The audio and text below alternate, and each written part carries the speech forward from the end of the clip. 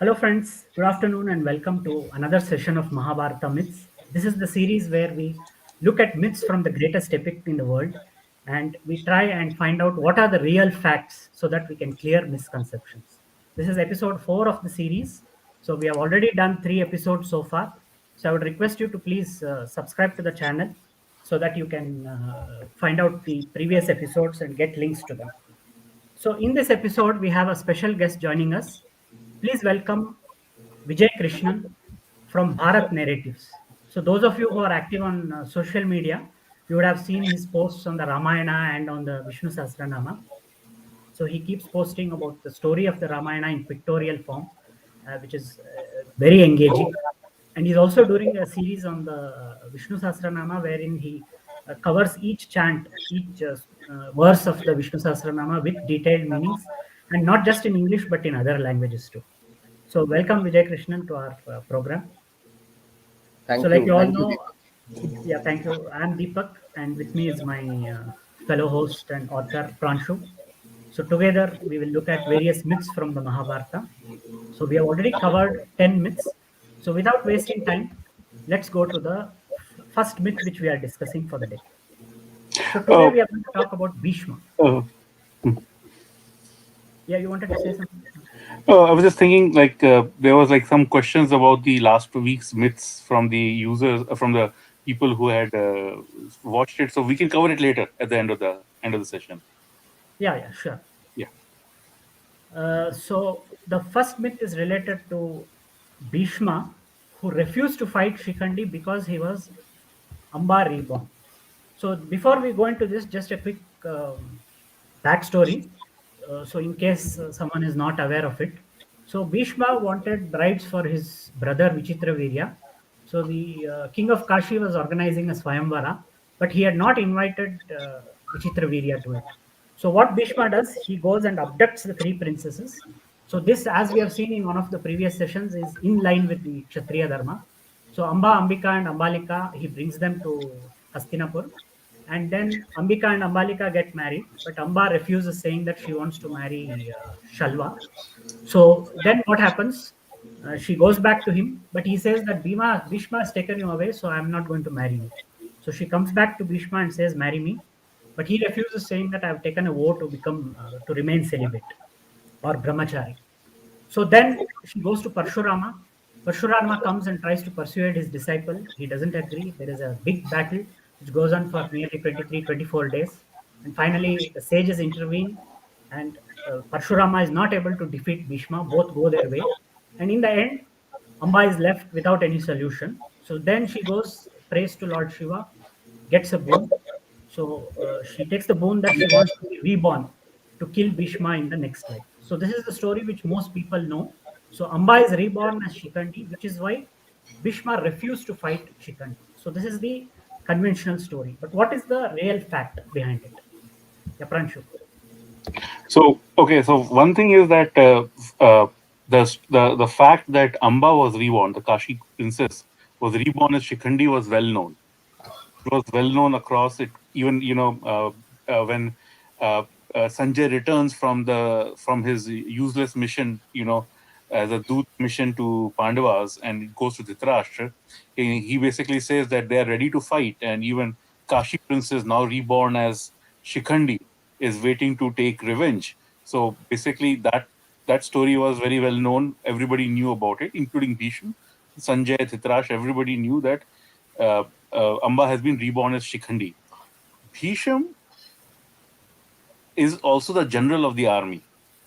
He does not refuse to fight Shikhandi because he was Amba reborn. He basically he had a couple of other issues regarding that, but as a general, and in during the course of the 10 days, several times he did come across, Amba did, Shikhandi did come across, and even on the first day, I think the first arrows which probably Shikhandi shot were at Bhisham, and Bhisham's first response was actually against Shikhandi itself. So there is no such thing as that he refused to fight. He's a general. He has responsibility to his army, to his 11 Akshanis, and he basically will fight according to his dharma. So that was not the reason. Now the second reason, which basically issue regarding Amba was that regarding Shikhandi was born as a princess of Panchal. And before, actually, one of the stories is that before actually when um, Amba committed, suicide, and to be reborn as Shikhandini, to be reborn in the second life, she actually had gone to the various kings carrying a garland, that whoever accepts the garland will be the one who will fight and kill Bhisham. And she left it at the palace of Drupad. Now there's another reason for it. We've already talked about that Parshuram was a big supporter of Amba, and when Parshuram went on his Bhumi Bharhar project, when he started killing all the Atatai Kshatriyas and rulers, and even Sahinke Asuras and everything. When Parshuram went on it, he did not attack Panchal. Panchal was probably more was akin to the dharma, and one of his favorite, his favorite Hotravahan, for example, was one of his favorite disciples. Hotravahan was Amba's nana, and he was king of Panchal, and he actually was the one who had persuaded Parshuram to campaign for Amba. And so Amba left that garland at the palace, at the Drupad's palace, and she was born as Drupad's daughter. And as a child itself, she basically took that garland and took the challenge that she will one day conquer and defeat Bhisham. So she had decided that from the very beginning. But of course, she was a woman. And now we have a lot of other stories about Shikhandini. She had gone and conquered Kaling. She had defeated the armies of Kaling. That's given in Udyog Parv, before she became a man. So, I mean, it's not very clear, like before she became a man or not, but she basically espoused the princess, or maybe she was disguised as a man, but she was fighting as a woman. I mean, she was a woman, but she was disguised as a man when she was fighting there. And she espoused the princess of Dasharn. And now there basically the issue happened where basically the Dashan king was upset that his daughter is going to marry another woman. So Shikhandini went into the forest where she met Sunkarn the Yaksh, and the Yaksh basically the uh, exchanged basically her the gender. So there was a gender transfer basically, and it was for some time only, so that to placate the Dashan king, and then Shikhandini was going to come back. But in meantime, Kuber had visited Sunkarn, and he was very upset with Sunkarn misusing his powers like this to interfere in human affairs. That's another one big issue is that Yaksh Gandharv, they don't generally interfere in the human affairs, and to keep the story as human as possible. So Shikhandi basically became a man and remained a man for the rest of his life. But everybody knew that he was a woman at one point in time, and Bhisham did not want to fight women. That basically was probably, and this is a part of the. It's actually a very big part of the whole structure. You have Pandavas who were all married to Draupadi. All their wives are named. Their mother, Pratha, Kunti, Madri, all of them are named. Well, Madri may not know the actual name, princess, but Pratha, the name of Kunti is there. So we have on one side, uh, so this is where Vyas is also describing. On one side, you have both the feminine and the masculine combined together as a united force. Whereas in the Kaurav side, you have Bhisham, who has taken the lifelong abstinence, no woman in his life. You have Drona, born without a woman, born in a literally in a drone, in a kumbha, a pot. And you have Karna, who basically was left by his mother. I mean, who was well, that we can. But the main idea is on one side you have, and then you have Ashwathama, who is not married. You have Kripacharya, who is not married. So you have basically a force which is basically completely masculine, which is not dependent, which does not try to use its feminine portion. So you see, even Duryodhana's wife is not named in the critical edition, whereas every one of the Pandava wives are named in detail. So, which is basically saying that there's one side which is uniting both aspects of the humanity, masculine and feminine. The other side is only masculine. And Bhisham again emphasized it even more by saying, "I will not fight the woman," and that's basically one of the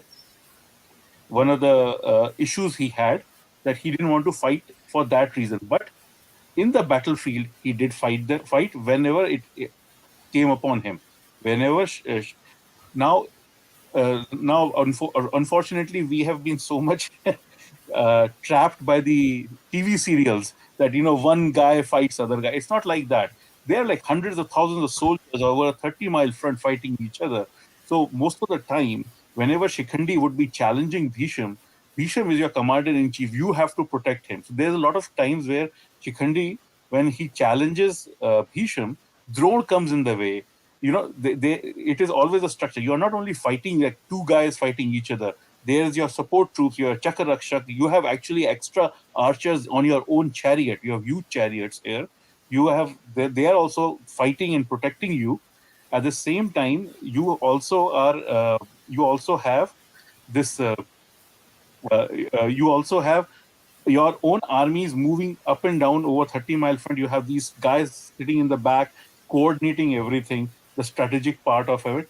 The tactical part is basically where you are actually fighting each other's big rathis and everything, trying to make a breakthrough and clean out the opponent army. But then there is people protecting you all the time, and that's where the situation is. You have to protect. Now, Bhisham is my commander, so Drone is always there. If you look at throughout the 18 days of war, a lot of times they would, as Sanjay is describing, that Arjun has shot a killing arrow, is going to kill the warrior, but Ashwathama from somewhere cap, stops it. He does that many Ashwathama's role times. is that Ashwathama is assisting all his others. He has a skills. He can reach out over miles, like a couple of miles. Like he can shoot. He has a good eyesight and everything.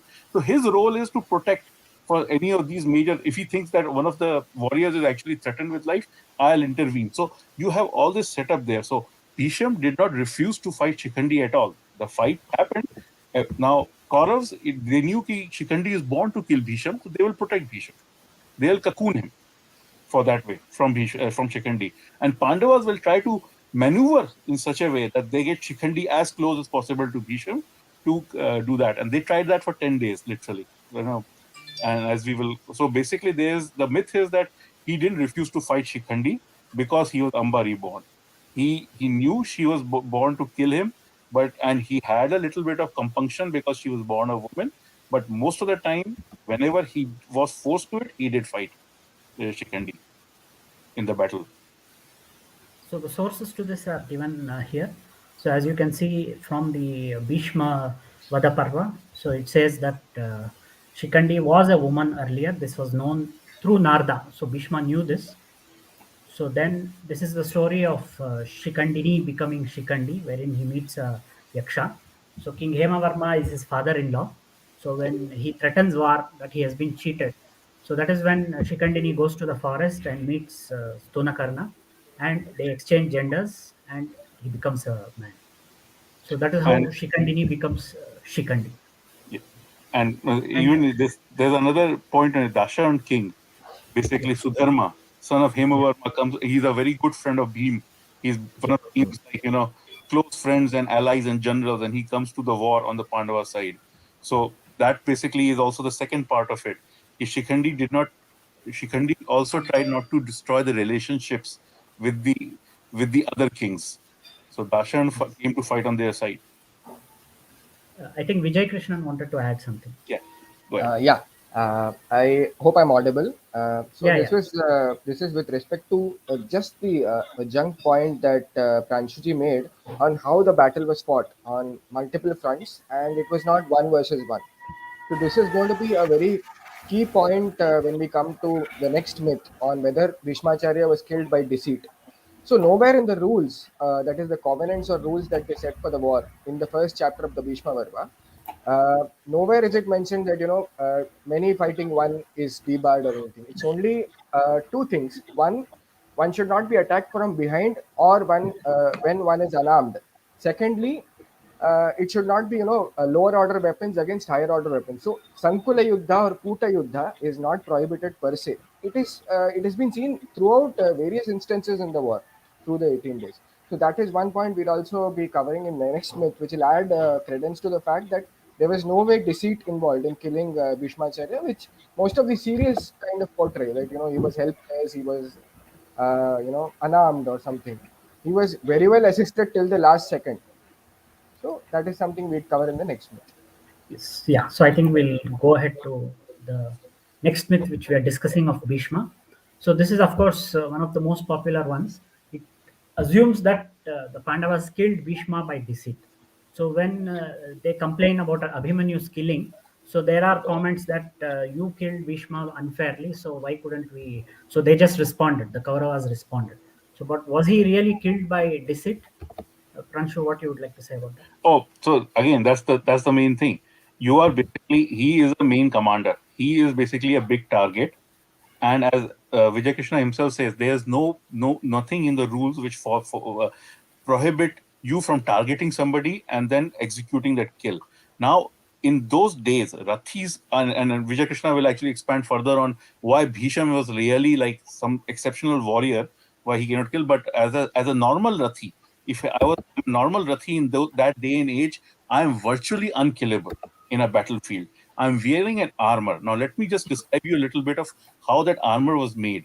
Now, people basically because of the modern and Ravi Verma paintings and everything, they think it is both like it is made of iron and steel and all the knights of the medieval ages, and they get the idea. And that is not the truth at all.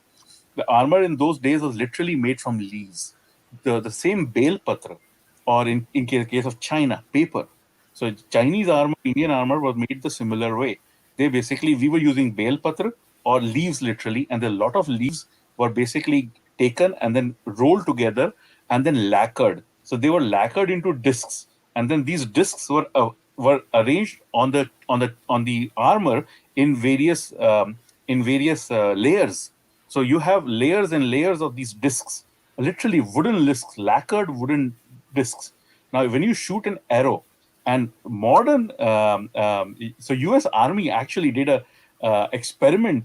They build using the old style 2000, 1000 BC armors like this, using that paper lacquering and layering and everything, and they shot arrows at 45 miles an hour from constructed guns, and they shot those arrows, and they were not able to break into they will go through one layer or the second one or two discs, but the other discs behind are so layered that you're protected. So it's very difficult to actually kill the Rathi when he's on a Rath and he's wearing that armor. Now the second point is that's why they always would basically choose to shoot at the places where your arms movement and everything, so where the weak spots of the armor would be, and so that's where you basically try to get the opponent warrior, and you are wearing a mukut and everything, so you are actually covered very well when you are fighting. So you have to be a very accurate fighter when you are hitting it. Now the second way basically how the warriors actually kill, and that's another very counterintuitive thing, is that they didn't use sharp arrows. They use actually dull arrows, hammerhead arrows. Why? Because when you are wearing that armor, you are still a breathing human being. So when you breathe in and breathe out, there's a gap created between the armor and your ribs, your body, real body, right behind. So there's some air there.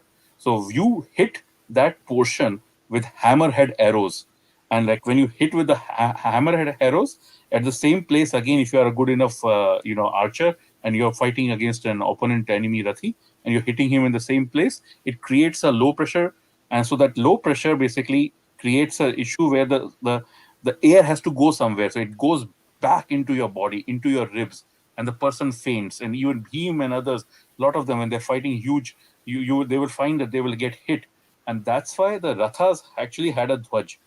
Dhwaj had two meanings. One is that you are a Rathi, you are coordinating a bigger army, right? So people know where your chariot is, so that they can coordinate the attacks and everything. The second reason is when you get hit on the shoulder and you sort of fall back or something, you rest your back against that And so there several times you have seen that Bhim basically rests his back against the Dhwaj Dand and basically then continues to fight.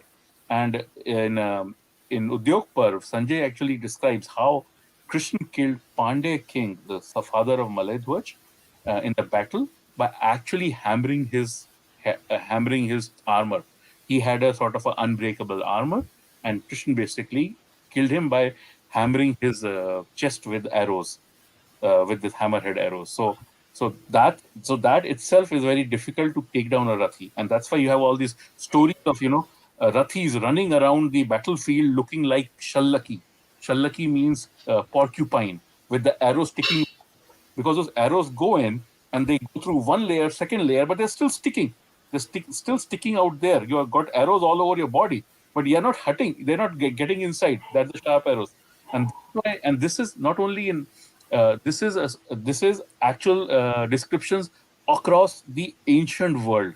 It's the stories in your Mesopotamian legends. It's a story in your Chinese legends. It's a story in Mahabharata also, where the warriors are looking like porcupines because the arrows.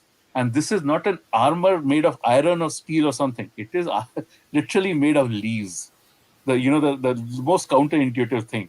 And so that's basically one thing. Now, Vijaykrishnan, so that Bhisham himself is a Rathi, and very capable Rathi, can protect himself. It's very difficult to kill. On top of that, he had uh, another advantage. Vijaykrishnan. Yeah. So coming to the point whether Vishmacharya could be killed by deceit, the fact is we need to go to the Adi Parva firstly, where we need to first examine the boon given by Maharaja Shantanu to Vishmacharya at the time the marriage of Devi Satyavati and Raja Shantanu takes place. So the boon is very specific. Today in the serials and even in certain books, it is very fleetingly mentioned, and in translation something might get lost. So let us look at the clear terms that the boon confers on Bhishmacharya. Two boons.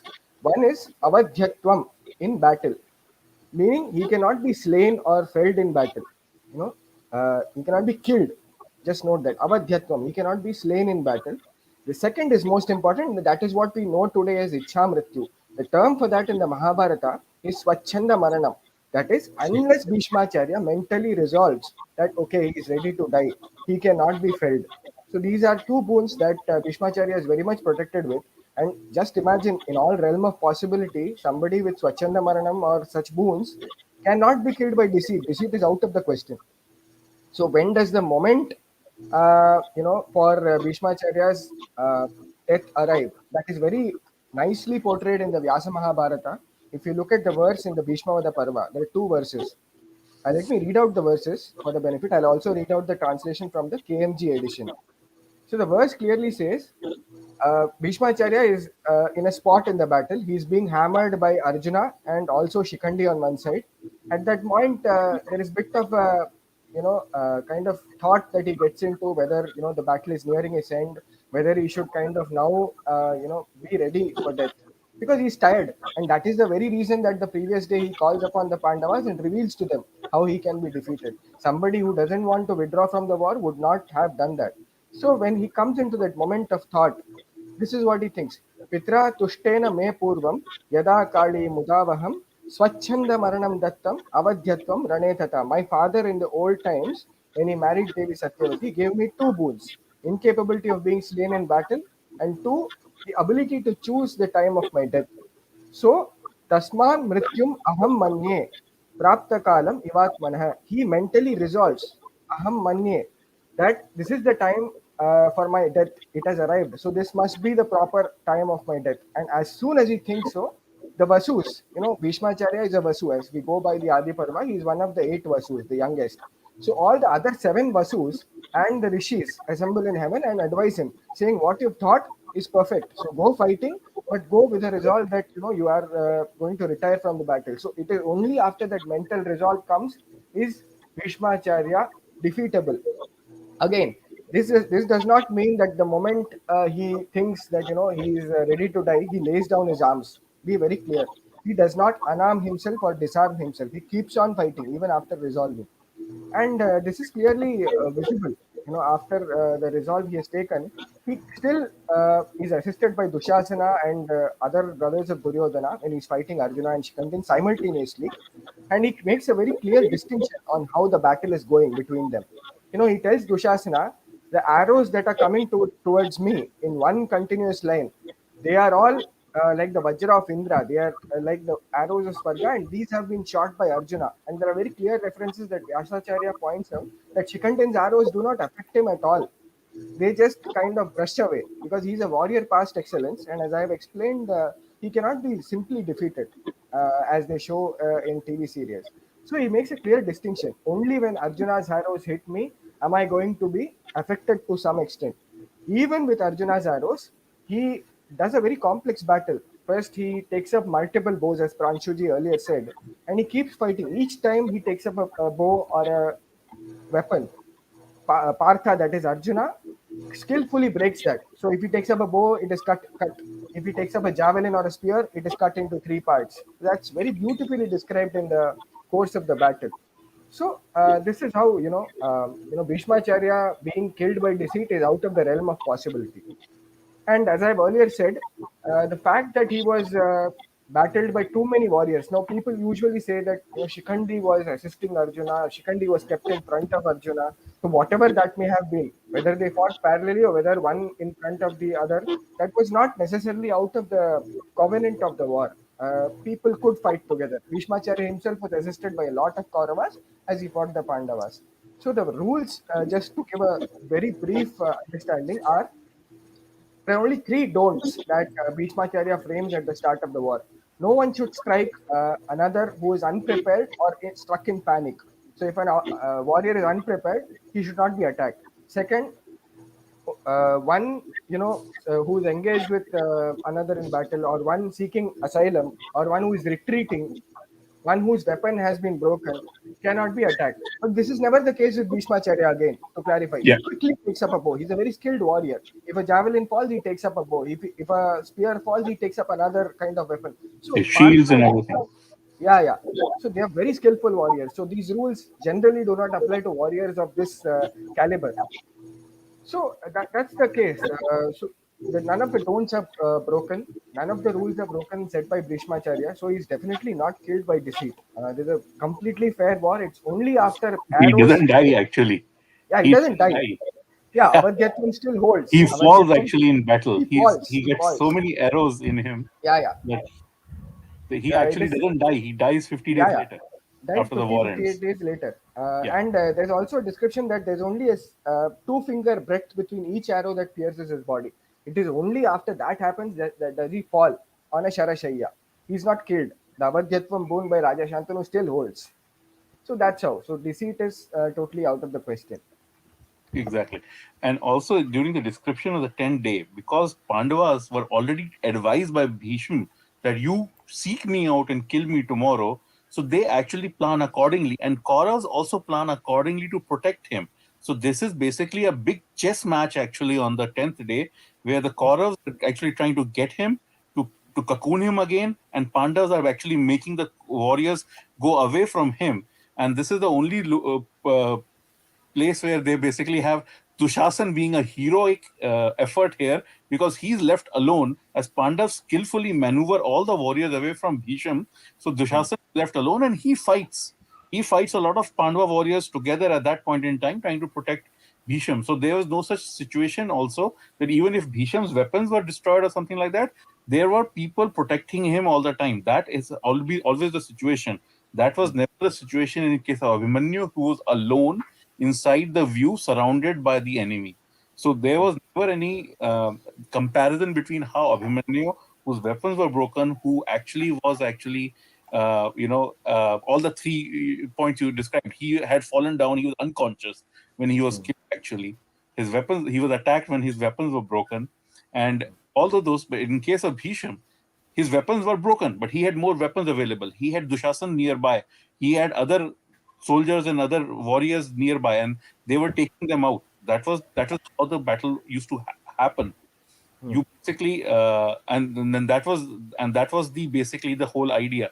This was never going to be, and as they said, the other part of it is people like try to say that Krishnan basically would say that why shouldn't deceit be just the handmaiden of the wicked? Why can't the good use the deceit? And he does that in a different way. He does it in a dharmic way. Actually, he's done it before with Jarasan. He said Hans, Dimbak. He tells to And Steamboat. Mara gaya, and then tells to Dimbak, yeah, Hans is dead. The same way he uses the same technique again, where basically he reuses it, and that's another point. Like he was a good believer in reusability. That's why we are very good software engineers.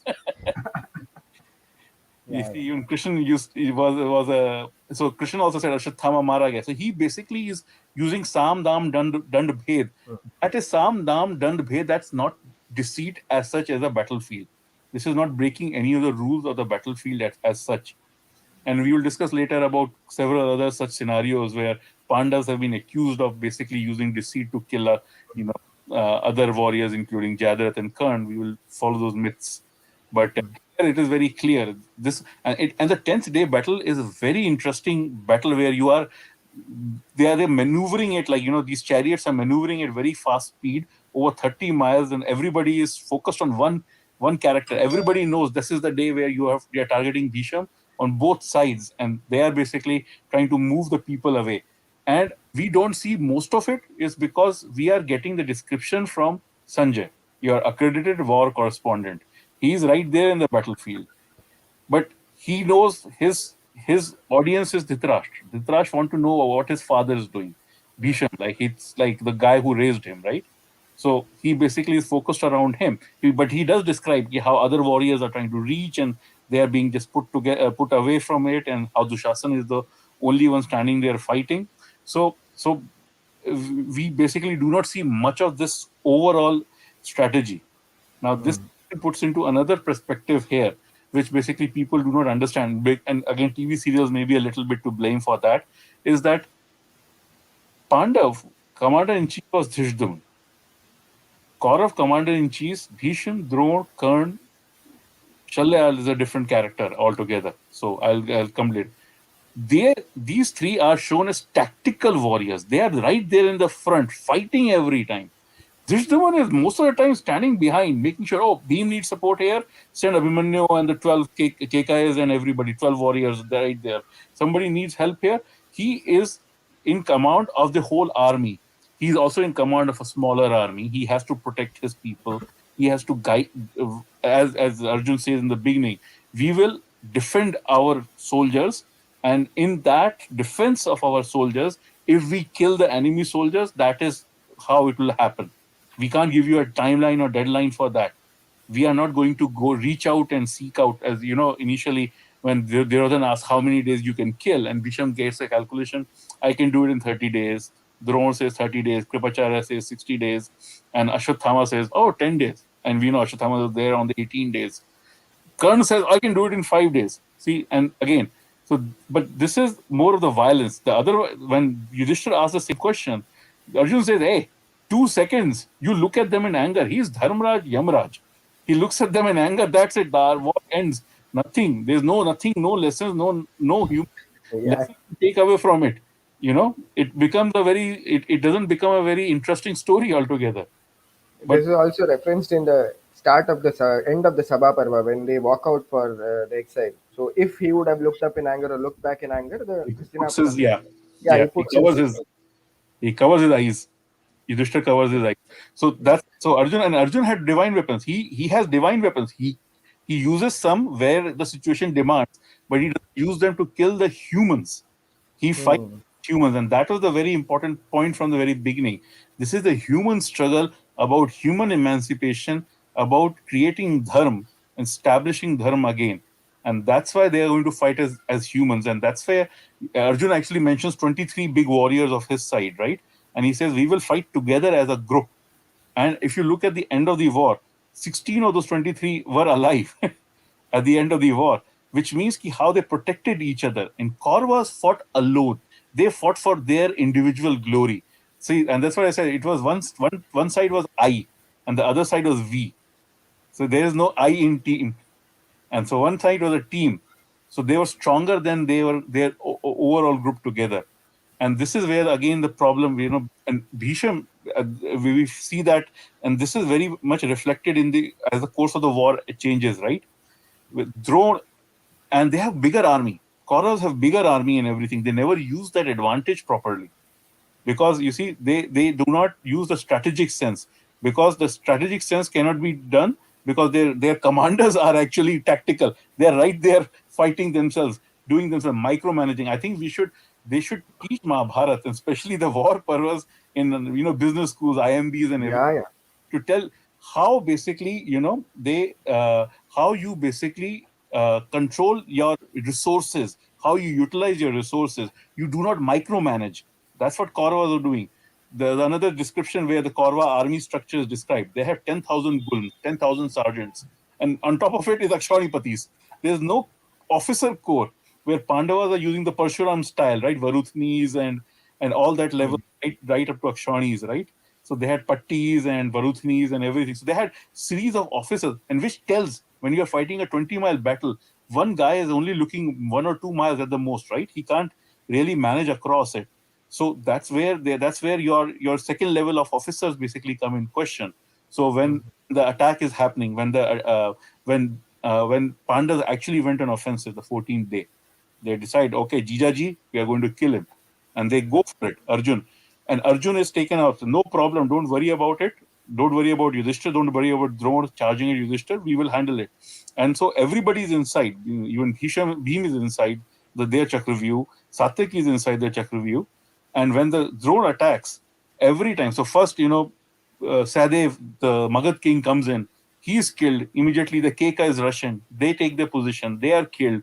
The Chedi king, Dhishketu, comes in. He takes his position. They all basically work together, and they sacrifice the Maharathis one by one, but they hold the line.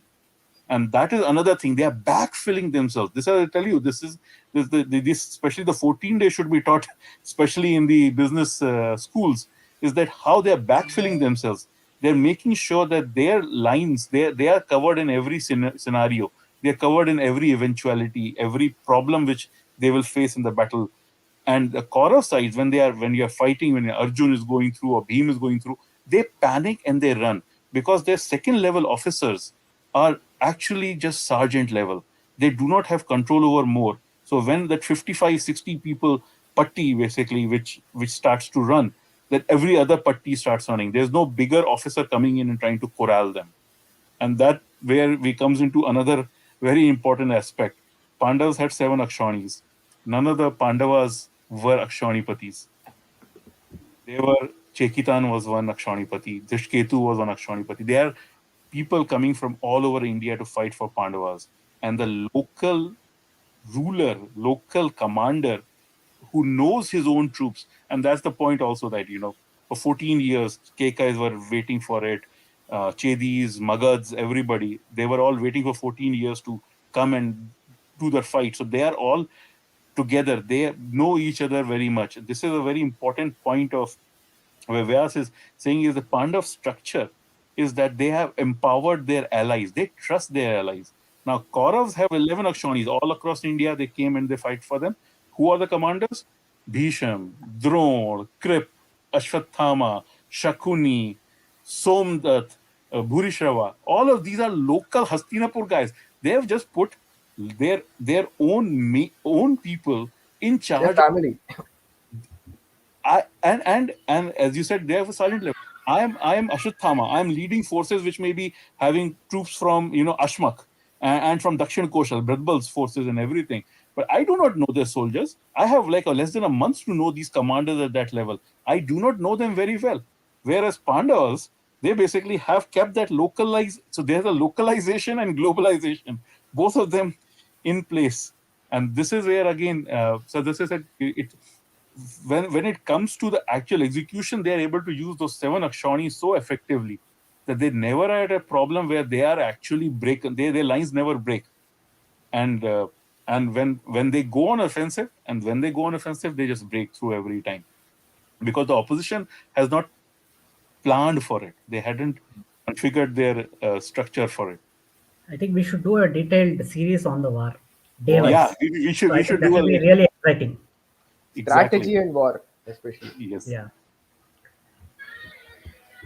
So this So myth has been conclusively disproved that yes, Bhishma that was he was killed by never killed deceit. by deceit. Yes, Yes, it was a fair battle that he fought. He only refused to fight Shikandi. He fought with Arjuna, and finally he fell when he could not bear the attack of Arjuna.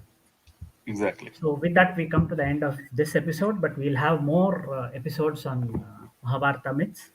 So, before Oh, we come to an end, I think Vijay Krishna has some point to share about Yeah, Abhimanyu. just a couple of small points on the fact, when we began myth 12, Deepak ji said that the Pandavas, they compare Pandavas and Kauravas compare that Abhimanyu was killed by deceit because Bhishma was killed by deceit. There is no fair comparison. Again, coming to the instance of Abhimanyu's death, the only two rules broken are Vimukaha and Sheena Shastraha. Vimukaha meaning his bow is broken from the back by Karna on Dronacharya's instructions. Rule 1. Rule 2 is he is always attacked when he has a lower order weapon. So when he is fighting with a sword, somebody's archers are attacking him, and then he takes up a wheel. So these are the only two rules broken. Never the point that six warriors attack them at once. He was anyway very much capable of facing all of them. That's one thing. And last one interesting instance that I found in discussion with one of my Shastrijis who had revealed this that besides the war and the strategy and the battle specifics, Bhishmacharya very much decides it is his own decision to retire from the war to be felled by Arjuna, which is why he has a very detailed discussion on the at the end of the ninth day.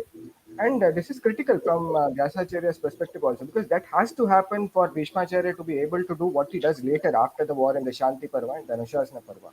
So apparently, I couldn't find the verse, but in the Rajya Anushasana Parva, when he starts detailing the duties of a king and how he must, dispense justice specifically, there's a point where he explains to Yudhishthira, this is how a king must hear a case, dispense justice, and give judgments. And in that instance, Draupadi laughs. She has a bit of a small laugh. And the others rebuke her as to why are you, laughing at a juncture where Bhishmacharya is giving lessons.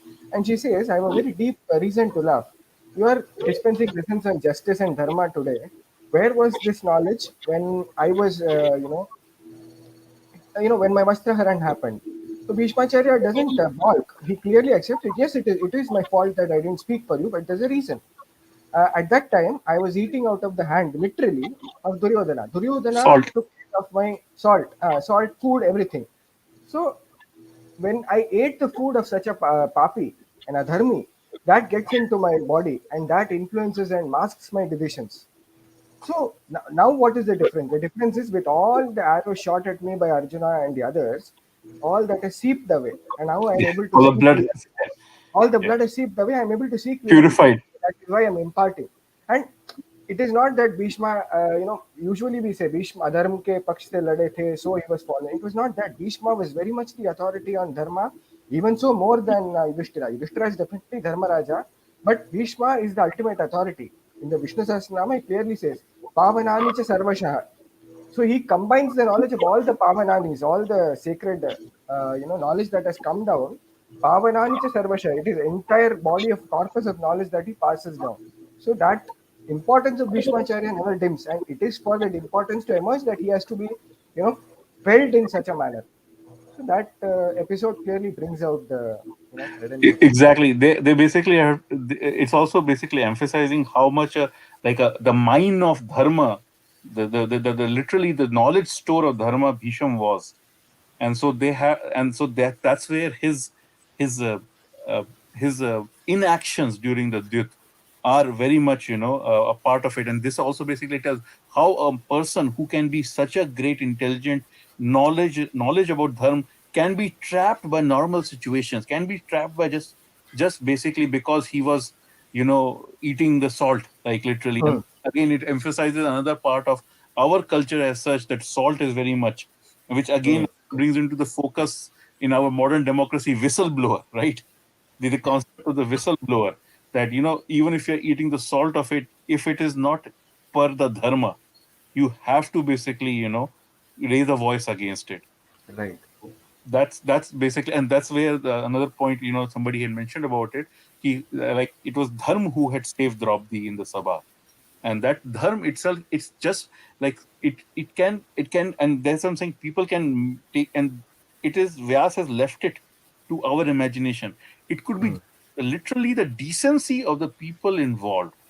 So there's this very nice imagery in one of the Hoysala temples, Halabid, where basically, Draupadi is standing, it's like sitting like when she's been dragged there with her spine erect, and Dushasan is being stopped by he's being held behind by a woman. It's very clearly a woman. The Hoysala imagery is showing that somebody, like simple maid servant to somebody got up there, and just the decency, the inner decency of the people came into the rescue of Draupadi right there and then. And that's basically what actually Dharmaraj was quiet, because he was counting on it. He was counting that I will basically make sure that the decency comes out. Everybody's decency should come out, and that's why he gave 13 years as a chance. Because even Shakuni, the font of the evil, right, the root of the conflict, changes sides.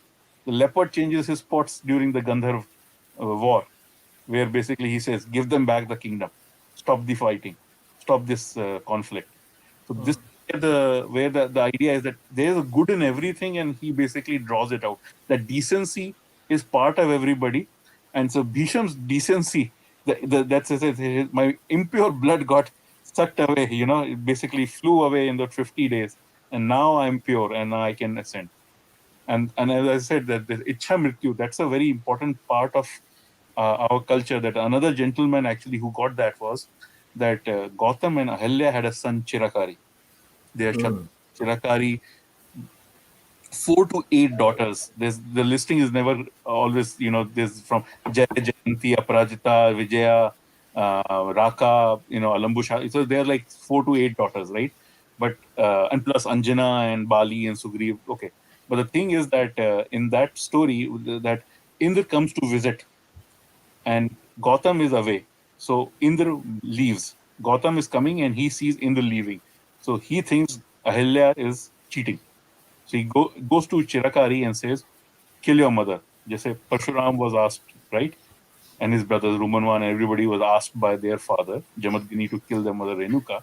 So Chirakari then sits down, and Chirakari thinks about it. If I agree to my father, then I will be killing my mother. If I save my mother, I'll be dishonoring my father. So he keeps on thinking, keeps on, coming up with the arguments and counter arguments. And now Gotham suddenly gets and he comes back, and he rushes back, and he goes, "You know what? I was in anger. I said something. Did you kill your mother?" And he goes, "No, I'm still debating." So at that point in time, Gotham gives that same Ichhamrityu Ashirwad to his son Chirakari, and Chirakari literally means person who will be stay forever. That only when you think you can convince yourself you don't no longer need it, then you will die. Otherwise, you will live forever. And that's the thing is Chirakari shows that he can have a counter argument for everything. So he can never convince himself that he will ever die. So he's one of these immortals out there. We don't talk about him that much. We have this, Kripacharya, Ashwatthama, Parshuram, Hanuman, and all those. But there are others also. Just like a simple task of basically convincing that I will try to find a legal mean to follow my father's thing. If I can't, I stop. And then he was given that avatar. So that Ichha Mrityu is not very uncommon in our ethos itself. So we have a question, but I think it's just a reiteration of what we discussed. So Miras. Amba born should be thought as Shikandi being the daughter, son of Amba. Well, it's not the daughter of Amba. Amba is reborn as the daughter of Drupada, Yep. but then changes gender and becomes a son, and that becomes permanent due to Kubera's curse. Yes. So that's the point. And Yeah, but I think Pranshu wanted to clarify something about some questions received the previous session. oh, that's why already the dharam dharan, the decency part. Yeah. We didn't actually had time to cover that part. That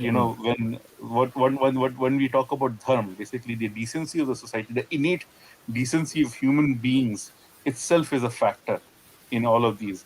So even in the case of like Bhisham, so in the Indonesian version, on the ninth day, so Pandavas have a lot of sons and everything. In Indonesian Mahabharata, there are a lot more children and a lot more family and everything described. There are five younger brothers who are basically kept away because they're not really old enough to fight, or they are not like decent warriors. So they are kept away from the battlefield. On the ninth day, they steal their older brother's helms, and they sneak in and they fight. And Bhisham kills those five immediately, and he's surprised. How can I am able to kill, Priyamvat, Sumitra, their names are basically there so easily? But then he realizes and he says that he has killed the little children, literally, like not little children, but like So that's where the glani that starts hurting. So in Indonesian Mahabharata, that glani starts coming into Bhisham's, and he basically asks them, Pandavas calls the Pandavas over and said, "Kill me tomorrow." So that's the other. So again, the description of it, like he's a warrior, he is following a dharma, and it's not his mistake. These kids basically sneaked in there. They are wearing the helm. You can't see them, and you can't make it out whether this is the younger brother or the older brother, right? But after killing them, he realizes that this is where what happens in war, in civil war, in for killing your own great grandchildren, right? So that's where the glani gets in. So in our Mahabharata, there's just description that he kills these five princes. The names are not given. It could be just any five warriors, and he kills a lot of Pandava army. Now every day he said, "I will kill 10,000." On the ninth day, he kills extra. Then on the 10th day, he says, "Okay, I'm going anyway." So he kills 2 lakh. So he says, "Okay, I'm going to do my." He does his salt. He sticks with his salt also, as well as he basically sticks with his thumb. He finds somehow a way through it. Promise. And so that you see, that's the point where he said that ichha mrityu. So he basically is not desiring death at that point in time. So that's basically, and because of his father's curse, he doesn't die in the battlefield. He's still alive. They basically work around a sort of a perimeter around him, and they continue the fight. So and Thank I you, was Pranshu. thinking, yeah, Thank you. That was really wonderful. The description and the analogy from the Indonesian version. So, and thank you so much, Vijay Krishna, for joining today. Thank you. So, Thank we you. hope to see you in future sessions too. Sure, So, definitely. so with that, we come to the end of this session. So, we'll definitely be back next week with more myths. So, thank you all for joining in. Bye. Thank you.